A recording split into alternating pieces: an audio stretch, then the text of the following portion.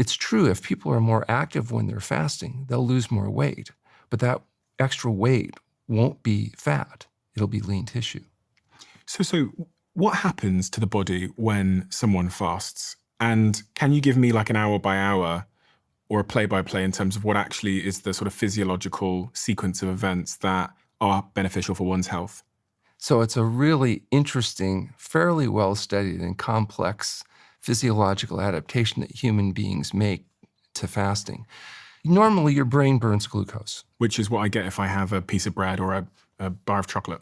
or if you break down protein, which can also break down into glucose, which is what happens after 24 hours of fasting. You've depleted your glycogen stores, the sugar stores in your muscles. And so then the body, in order to get the glucose it needs, has to either convert to burning fat or break down muscle in order to form glucose. What the human being does is it converts its main burner of glucose, which is the brain, from burning sugar to burning fat. Now, if it didn't do that, you could fast about a week. You'd enter starvation, deplete your protein stores, and you'd starve to death. Because you can convert your brain to burning fat instead of sugar, a 70-kilogram male can fast about 70 days.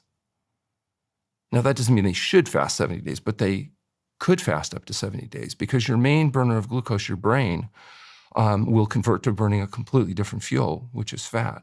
So let me see if I've got this correct. So if I'm on a typical American diet, I'm going to be eating lots of things and my body's going to be breaking that down into this fuel source called glucose. If I stop eating the glucose, my body has this sort of evolutionary switch where it's going to start burning my fat and turning that into this thing called ketones, which my brain can run on as well. That's correct.